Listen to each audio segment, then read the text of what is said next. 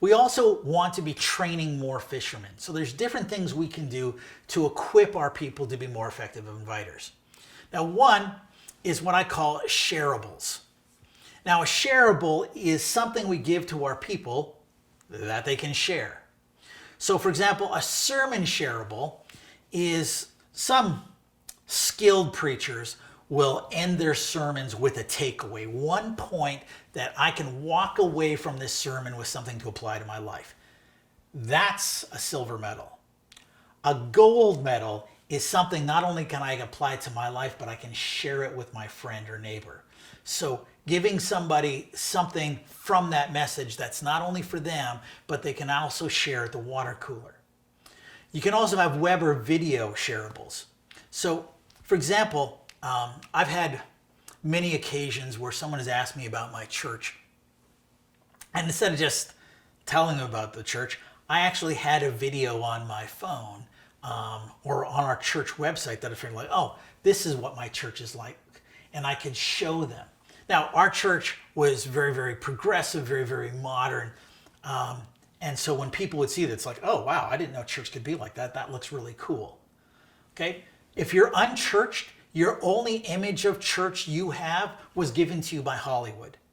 And Hollywood's version of the church is filled with angry old white people who hate everybody. If that's not your church, giving your people some kind of visual thing that they can share, either on their phones or verbally, that's a way we can train more fishermen. Another way is actual training. So there are courses and resources.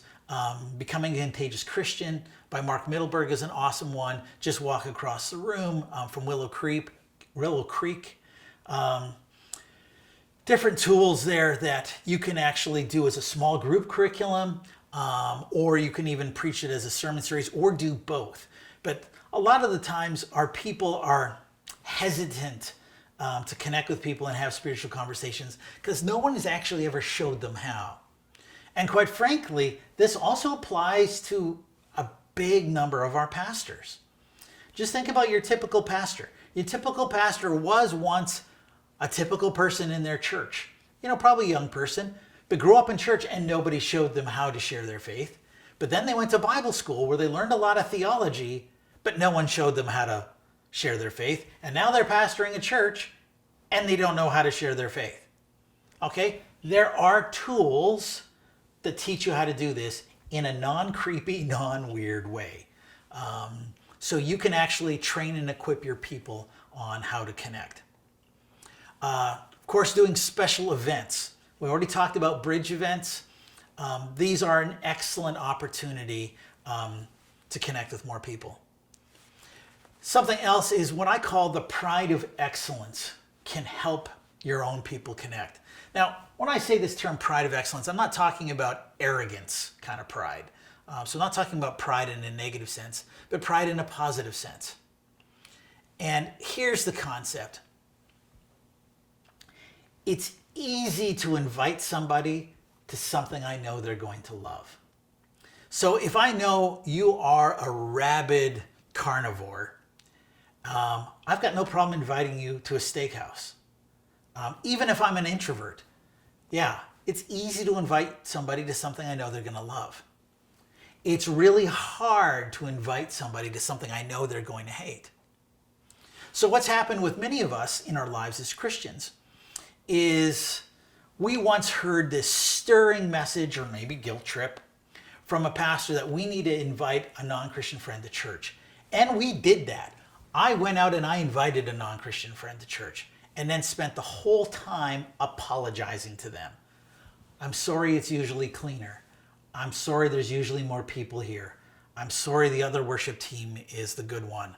I'm sorry the pastor isn't usually this angry. It was a horrible experience.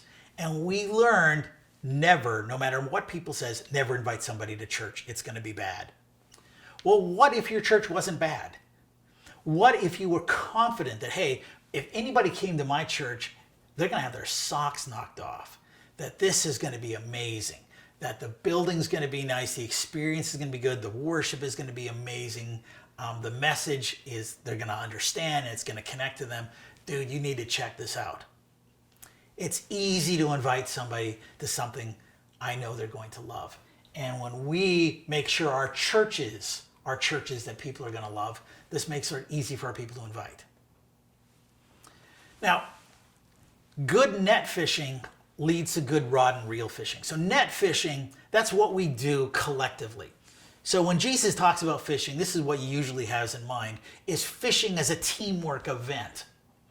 Now, when we do fishing collectively as a whole congregation, like on a Sunday morning, when we do that, we equip our people to do good solo fishing. Now, I've heard pastors say, oh no, we should never do net fishing. Net fishing is just for us. We should expect people to do rod and reel fishing.